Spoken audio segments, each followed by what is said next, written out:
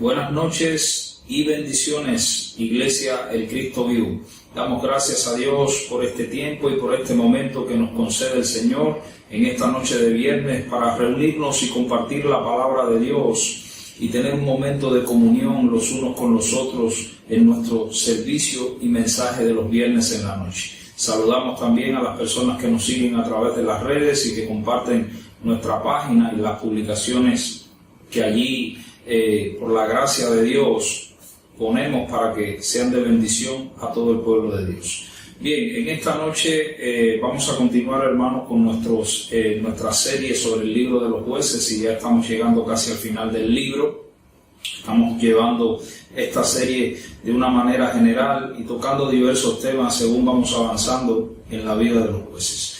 Por eso quiero invitarle allí a ir al libro de los jueces, al capítulo 17, y vamos a estar leyendo desde el versículo 1 al 13, aunque también les voy a pedir, hermanos, que en algún momento, para que tengan una idea mucho más amplia de lo que vamos a hablar en esta noche, que también se lea el capítulo 18. Bien, jueces capítulo 17, versículo 1 al 13, y dice la palabra de Dios: Hubo un hombre del monte de Efraín que se llamaba Micaía, el cual dijo a su madre: los 1100 ciclos de plata que te fueron hurtados, acerca de los cuales maldijiste y de los cuales me hablaste, he aquí el dinero está en mi poder, yo lo tomé. Entonces la madre dijo: bendito seas de Jehová, hijo mío.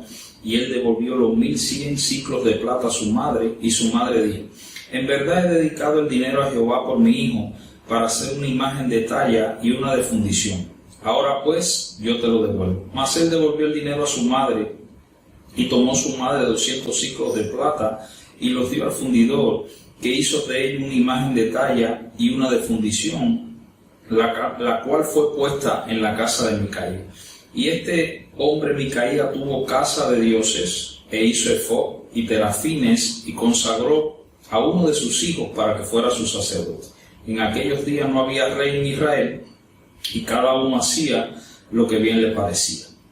Y había un joven de Belén de Judá, de la tribu de Judá, el cual era levita y forastero allí. Este hombre partió de la ciudad de Belén de Judá para ir a vivir donde pudiera encontrar lugar, y llegando en su camino al monte de Efraín, vino a casa de Micaía. Y Micaía le dijo: ¿de dónde vienes? Y el levita le respondió: soy de Belén de Judá, y voy a vivir donde pueda encontrar lugar. Entonces Micaía le dijo: quédate en mi casa, y serás para mí padre y sacerdote, y yo te daré 10 ciclos de plata por año, vestidos y comida. Y el levita se quedó, y agradó pues al levita morar con aquel hombre, y fue para él como uno de sus hijos. Y Micaía consagró al levita, y aquel joven le servía de sacerdote, y permanecía en la casa de Micaía. Y Micaía dijo: ahora sé que Jehová me prosperará, porque tengo un levita por sacerdote. Amén. Oramos. Padre, te damos gracias por tu palabra, y te pedimos, Señor, que tú nos ministres a través de ella. Dios, que nos hagas ver en medio de tanta oscuridad luz, y seamos ministrados por tu Espíritu, Padre, para que andemos conforme a tu voluntad. Gracias, Padre. Te damos toda la gloria a ti, y en ti confiamos. En el nombre de Jesús, amén y amén.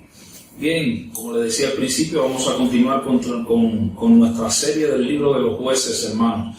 Y hoy voy a hablarle bajo el título El virus del enemigo, para usar un término que esté acorde a estos tiempos que estamos viviendo.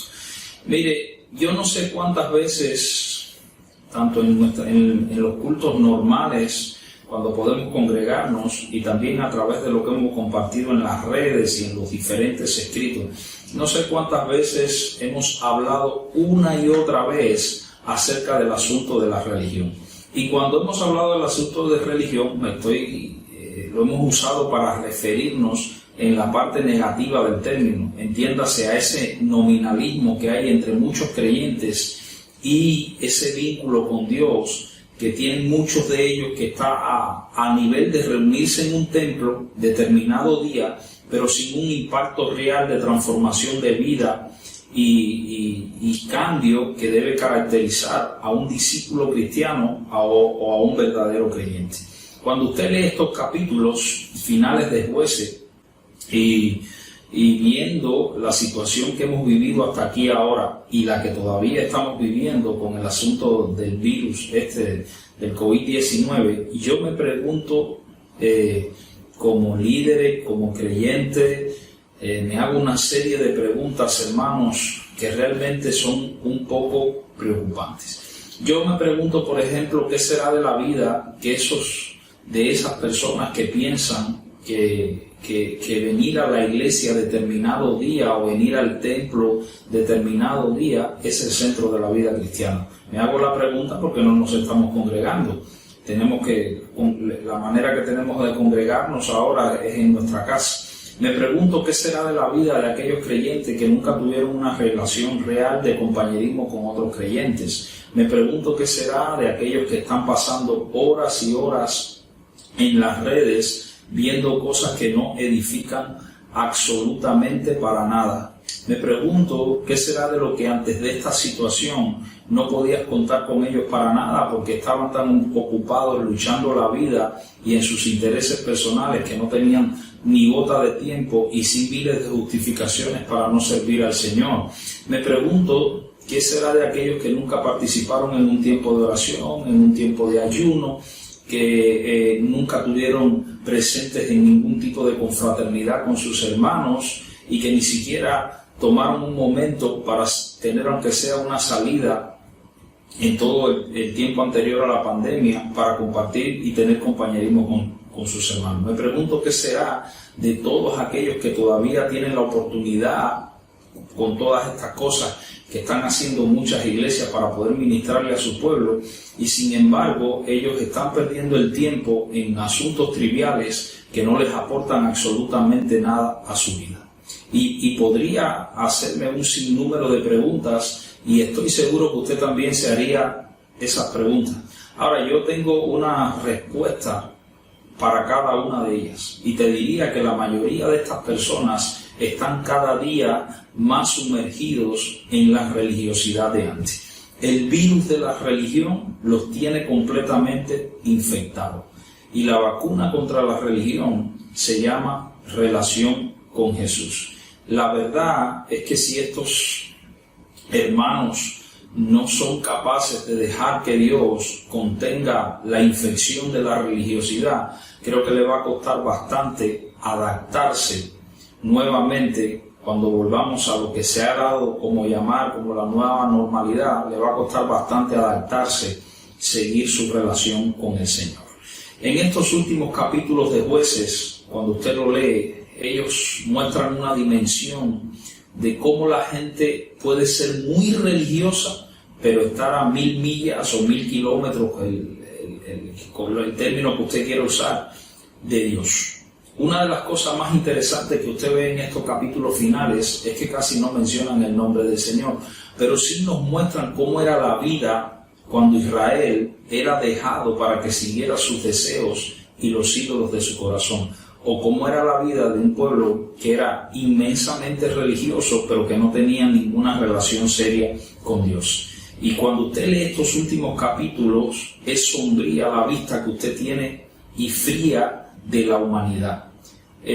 Por eso es que por lo general casi nunca se hablan de estos últimos capítulos, y siquiera la gente se lo lee ni se lo estudia, porque es tal en el nivel de pecado y de oscuridad que usted encuentra en estos últimos capítulos, que le resulta hasta repugnante lo que está leyendo. Pero como Dios nunca se ha caracterizado por tapar las cosas ni dar una visión lucubrada del ser humano, lógicamente el escritor del libro de los Jueces, inspirado por el Espíritu Santo, registró este tipo de situación, que nosotros lógicamente estamos criticándolo porque mira todo lo que están haciendo, pero nuestro mundo no está muy lejos de lo que esta gente está viviendo, como vamos a ver en esta hora.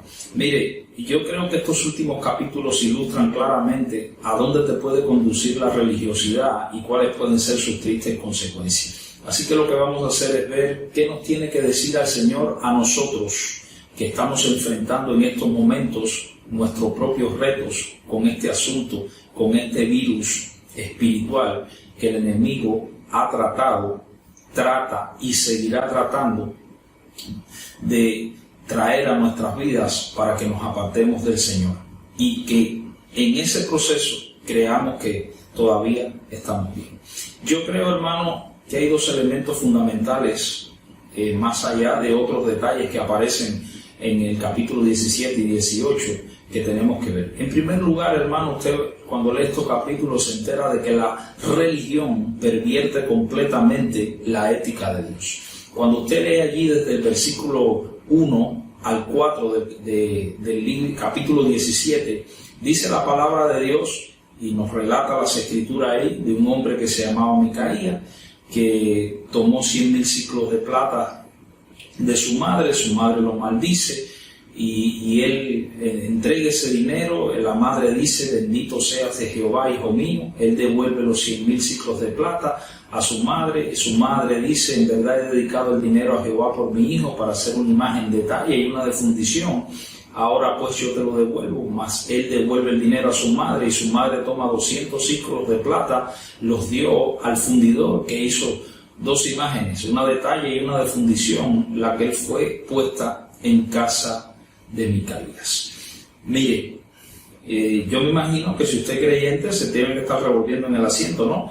Lógicamente. Y quizás si no es creyente, a lo mejor no le da mucha importancia a lo que acabamos de leer y es un asunto que no tiene importancia, pero como usted verá, para Dios sí tiene una gran importancia. Mire, cuando hablamos de ética divina nos estamos refiriendo al conjunto de principios que se basan en las Escrituras, no en lo que dicta la cultura, no en lo que dicta los medios de comunicación, no en lo que dicta Facebook, Instagram o Twitter, o lo que dictan los gobernantes de este mundo. No, estamos hablando de principios basados en las Escrituras, cuyo objetivo, hermano, es formar el carácter y orientar la conducta del cristiano como miembro de cualquier sociedad. Y para un creyente, es decir, nosotros los cristianos, esa ética descansa sobre todo en las enseñanzas de Cristo y de los apóstoles. Cuando uno comienza a leer esta porción de las Escrituras, hermano, no puede dejar de notar de que Dios nos está relatando la vida real que llevaba mucha gente al interior de su hogar. Estamos hablando de años y años de adaptación a convivir en medio de la idolatría, el sincretismo y el sentimentalismo superficial, y cómo estos han hecho mella en el carácter y el comportamiento de una nación, llegando hasta la base fundamental de la sociedad, que es la familia. En esta historia la ética divina, hermano, si usted nota, es pisoteada en todos los sentidos, y lo más triste es que parece ser algo normal por parte de las personas que pisotean esta ética. El causante de este comportamiento es la religiosidad que la gente tiene enquistada en el corazón. Creo que la porción de las Escrituras es una advertencia para los modernos creyentes en dos sentidos que tenemos que tener en cuenta. En primer lugar, el pasaje nos revela que las palabras sin arrepentimiento no valen absolutamente nada. Yo no sé si usted se fija ahí en la porción de las Escrituras. ¿Y qué tenemos aquí? Tenemos un hombre que se llama Micaías, cuyo nombre significa ¿quién como Jehová? Eso es lo que significa, que no hace para nada honra a su nombre. Él le ha robado una cifra significativa de dinero a su madre profiere una maldición sobre la persona que le robó, y Micaías, al enterarse de la maldición que profiere su madre, que posiblemente la haya habido, por temor, él devuelve el dinero. Y su madre, como toda una alcahueta espiritual, premia al nene con una expresión de bendición y decide también premiar al niño dándole el dinero que ya ella ha dedicado al Señor en su nombre. Si usted analiza la porción, se dará cuenta que en un segundo Micaías y su madre han quebrantado el decálogo completo, y eso no le ha causado el más mínimo dolor. Primero tienes al hijo que devuelve el dinero, pero no se arrepiente de robar, ni hace la restitución establecida por la ley. La madre usa el nombre de Dios en vano al proferir una bendición sobre el hijo para tratar de detener sincréticamente y como si fuera un talismán la maldición que ella había proclamado sobre su hijo. Por eso es que usa esta expresión. Y no solamente eso, ella coge el dinero que se supone que ha entregado al Señor para seguir deshonrando a Dios. En otras palabras, Micaías y su mamá se vuelven solamente palabras. Yo quiero llamarte la atención acerca de la idea que tienen muchos creyentes de que el cristianismo es solo decir perdona. El perdón forma parte central de las bendiciones de Dios para nosotros y forma parte del Evangelio. Pero el perdón siempre es precedido por el arrepentimiento, que es aquel que trae una reconciliación plena. Así como Micaías, muchos creyentes por lo general no pasan este proceso y su corazón no es examinado y analizado para ver cuál es la razón por la que se cometen las faltas, que en el caso de Micaías era robar. Sí, porque algo impulsó a Micaías a robar. El robar de Micaías es solamente un síntoma de un problema más grande que tiene y que vamos a ver más adelante. Usted no ve a Micaías y en muchos creyentes ninguna aceptación humilde de la necesidad de experimentar la gracia y el cambio necesario que implica ser un verdadero creyente en el Señor.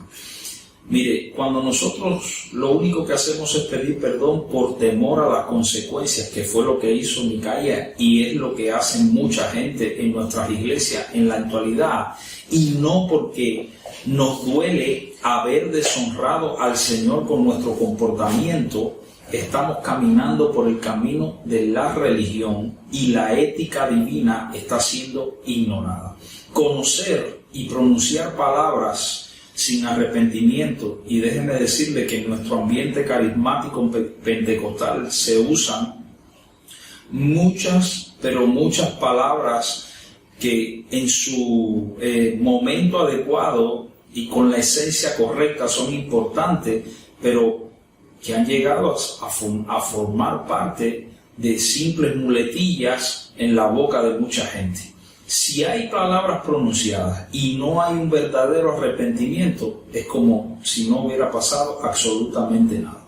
Acciones concretas de restitución, hermano, y restauración deben llevarse a cabo si es que nosotros queremos andar bien con Dios, porque eso forma parte de la ética divina. En otras palabras, tenemos que dejar de hablar tanto y comenzar a actuar.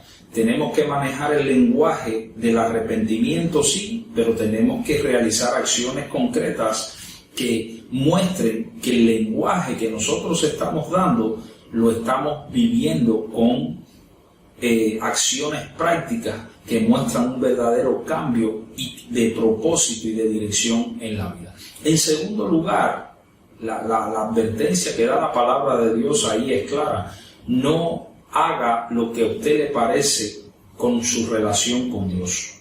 Mire, Dios tiene una voluntad revelada.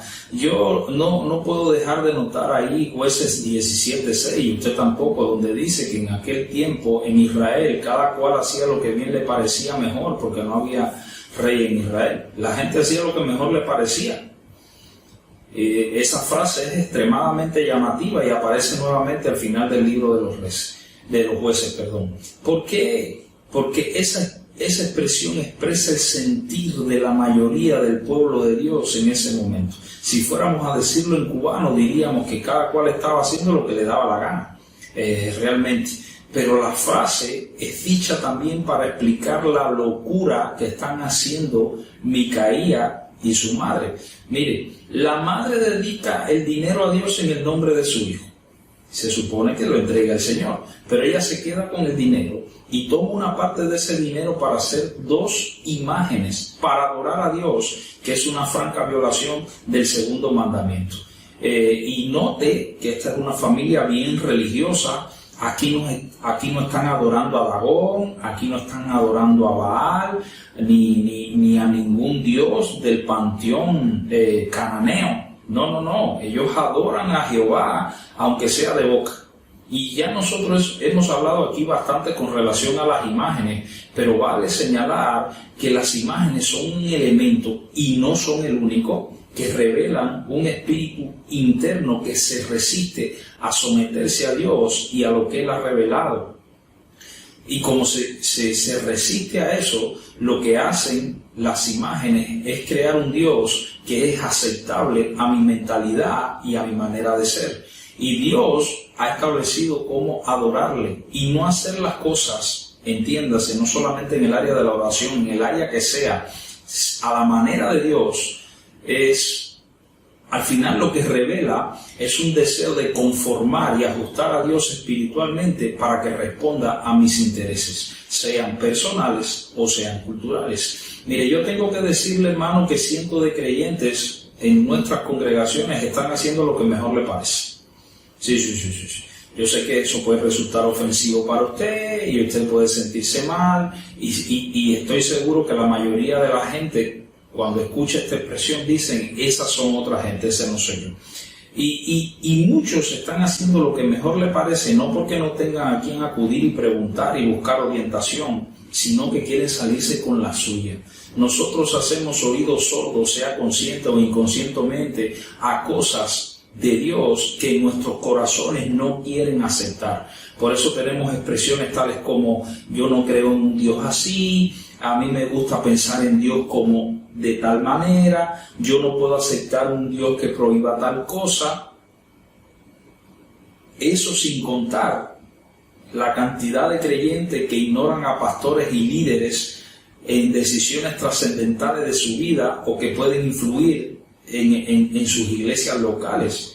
Y la justificación es porque el pastor no tiene que saberlo todo, o ya lloré y sentí que esto es lo que Dios quiere que haga, y un montón de trivialidades y frasecitas justificativas que no nos conducen a ningún lado y que lo único que revelan es que estamos haciendo las cosas según nos parece. Entonces el punto es, usted tiene que asegurarse de que Dios, no solo la mención religiosa de su nombre, está en el centro de nuestra ética. Entiéndase las decisiones que estamos tomando. Porque si usted hace las cosas como mejor le parece, al final va a terminar como Micaías, y se lo puede leer en el capítulo 18. Y quiero terminar este punto con relación a la ética y lo que hace la religión con lo siguiente. Mire, yo no sé si usted conoce el adagio antiguo que dice que dos males no hacen un bien.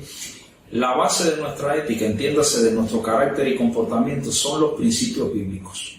Y requiere tiempo sustituir valores que hemos aprendido, que no los enseñó el Señor. Son valores que traemos de nuestra vida anterior a Cristo, o que aún estando en Cristo, lejos de sustituir esos valores por los valores divinos, seguimos perseverando en valores que son de este mundo. Si nosotros no hacemos eso, vamos a caer en las garras de la religión, y esta puede entumecer nuestros sentidos espirituales. Recuerde que la religiosidad no te manda para el mundo, no te quedas en una iglesia, te quedas 50, 60 hasta que partas de este mundo en la iglesia, pero sigues viviendo una vida que parece cristiana, pero no lo es. Mire, es fácil usar el lenguaje de Dios afirmando tener a Jesús como Señor, pero solo obedecer, que es lo que hace mucha gente en ciertos sectores de nuestra vida, preservando determinadas áreas de nuestra vida para vivirla según nos plazca. Así que lo que tenemos que hacer es relacionarnos con Dios y recibir el discernimiento necesario, porque, hermanos, al final la religiosidad lo que hace es destruir vidas.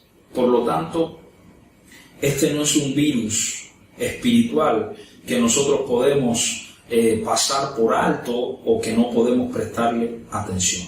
En segundo lugar, hermano, la religión va a pervertir nuestra relación con Dios. Si comienzas a leer ahí a partir del versículo 5, dice la Biblia que Micaías se hizo una casa de dioses, hizo efod, terafines, y cogió y consagró a su hijo para que fuera su sacerdote. Más adelante en el versículo 7 la Biblia relata que aparece un levita. Este hombre, que había venido de Belén de Judá, buscando un lugar para vivir, llegó allí al monte de Efraín y llegó a la casa de Micaía, y Micaía le hizo la entrevista de rigor. Dice la Biblia que le preguntó: ¿de dónde vienes? El levita le respondió: soy Belén de Judá y voy a vivir donde pueda encontrar lugar.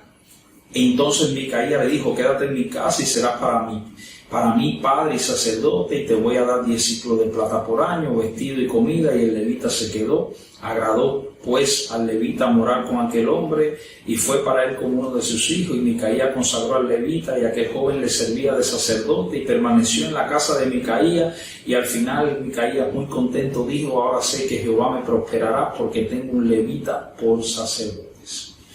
Aquí tenemos a Micaías, hermanos, creando su propio santuario y consagrando a su hijo como su sacerdote, quebrantando el principio bíblico que aparecía en la religión, en la revelación mosaica, que decía que solamente los de la tribu de Leví podían ser sacerdotes.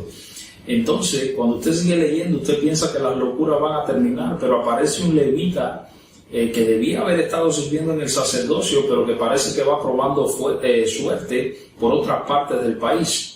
Micaías, literalmente, como decimos nosotros, ve los cielos abiertos, porque ya tiene lo que le faltaba: un verdadero sacerdote, como Dios manda. Y aquí tenemos la religión, hermano, extendiéndose como un cáncer, que todo lo que toca lo pervierte.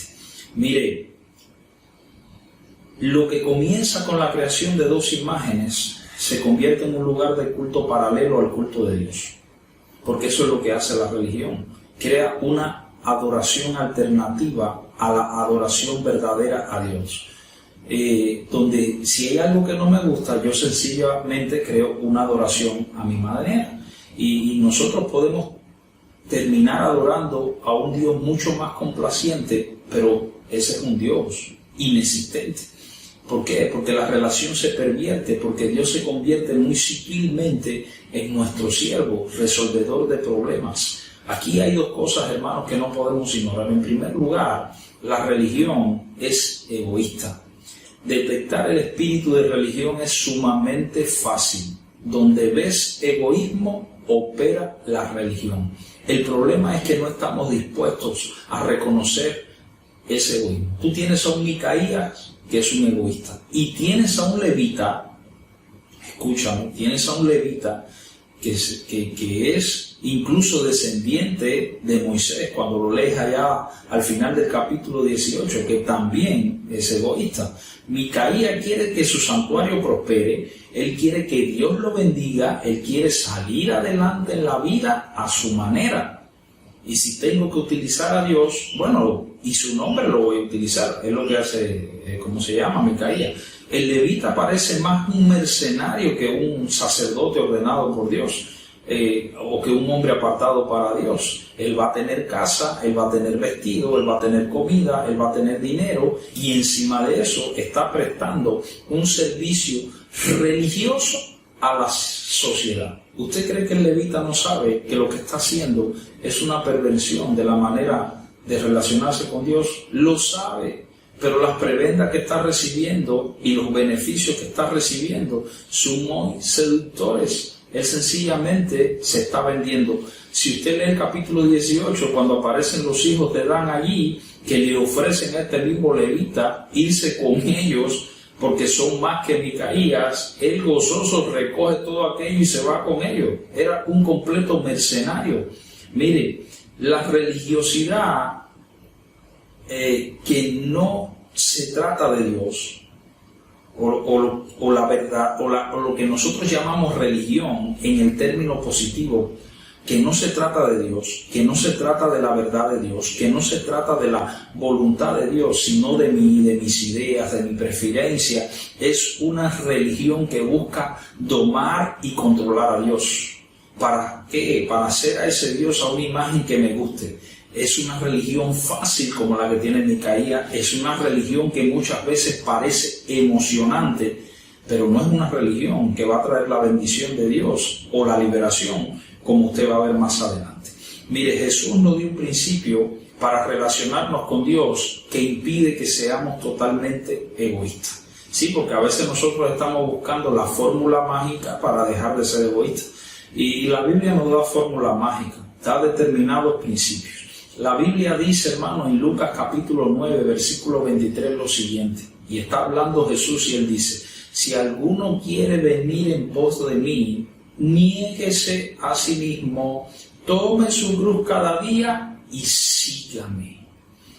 La gran mayoría, no vamos a decir la gran mayoría, una gran parte de los creyentes actuales preferirían que este versículo se borrara de las Escrituras. La religión, hermano, odia este principio dado por Jesús, porque la religión parece estar comprometida con Dios, pero realmente está comprometida con los intereses personales. Y cuando la cruz hace aparición, como dice aquí este pasaje, corta poderosa y dolorosamente todo intento egoísta. Y nosotros no queremos pasar el dolor de negarnos a nosotros mismos, de tomar la cruz, que es un camino sin retorno, y entonces seguir a Jesús. Fíjense que son 3 acciones de la voluntad, no son 3 acciones de boca ni de palabra, no, son cosas que tenemos que poner en práctica. Pero ese cortar poderoso de la cruz es el proceso liberador y no hay otro camino.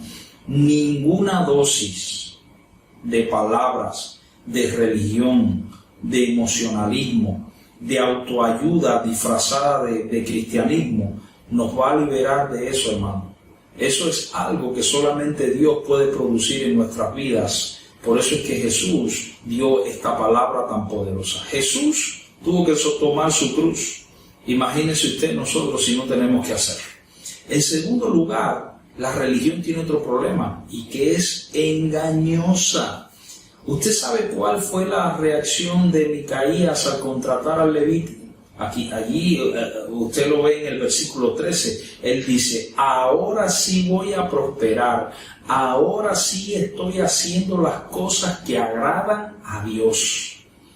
La religión es el mayor engañador que hay.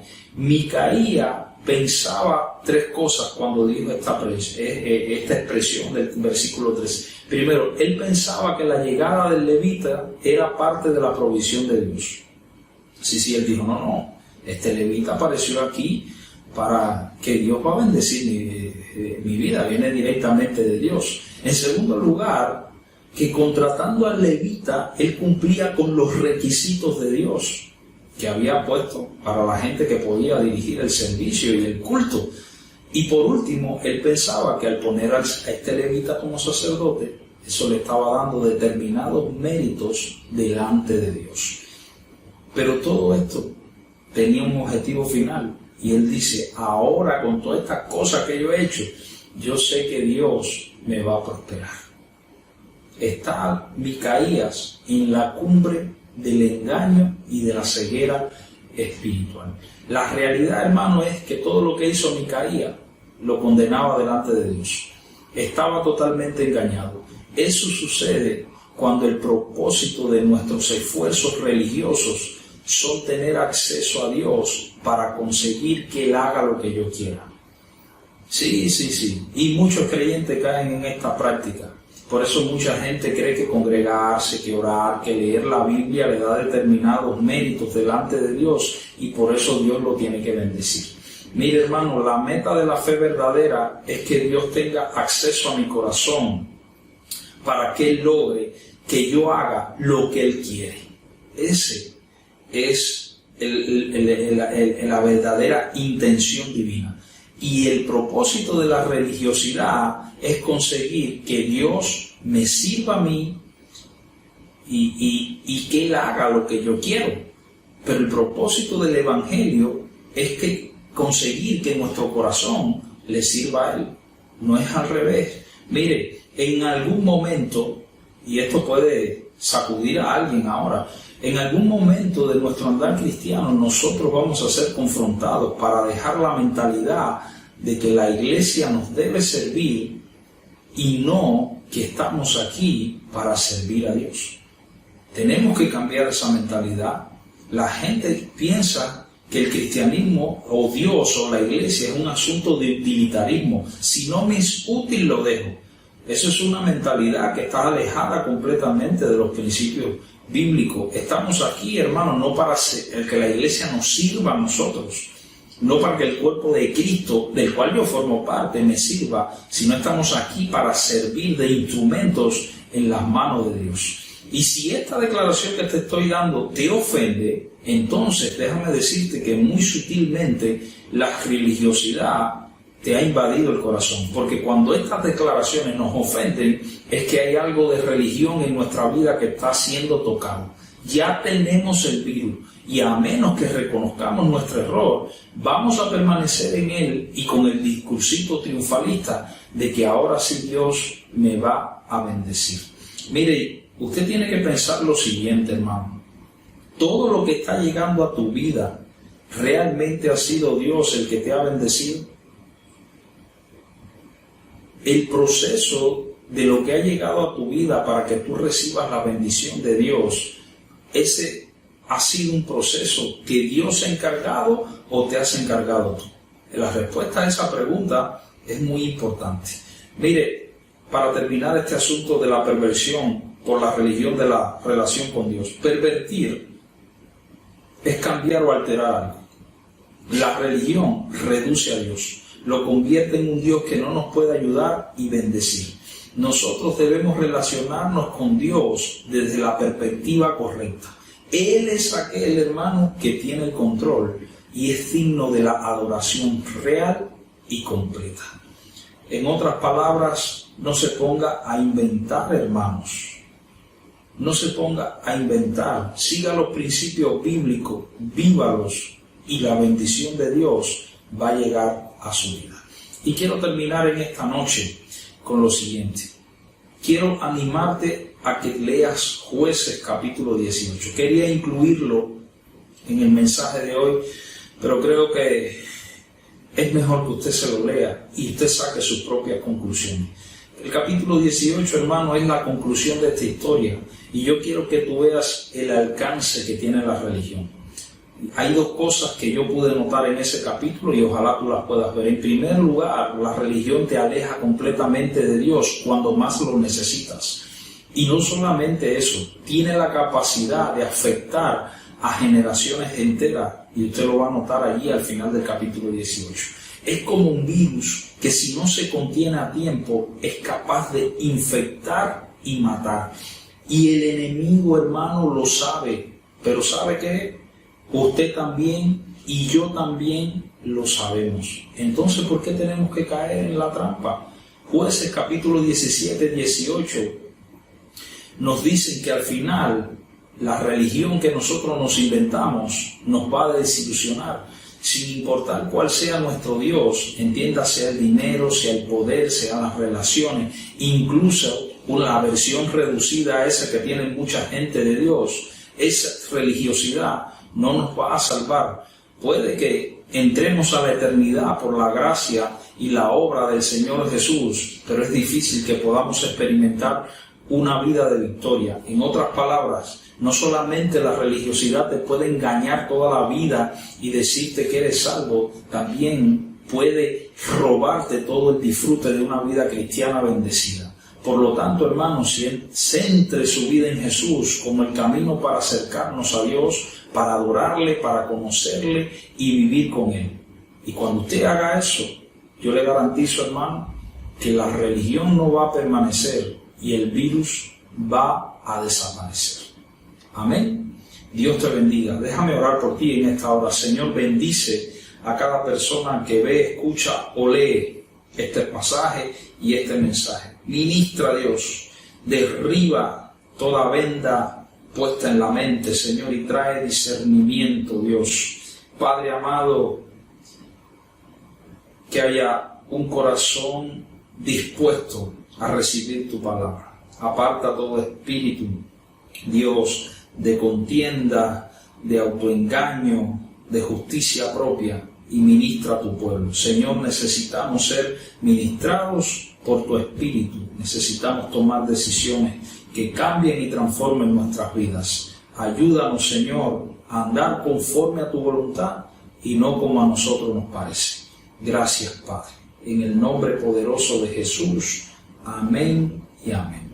Dios te bendiga, a ti y a los tuyos, y la gracia de Dios sea contigo. Amén y amén.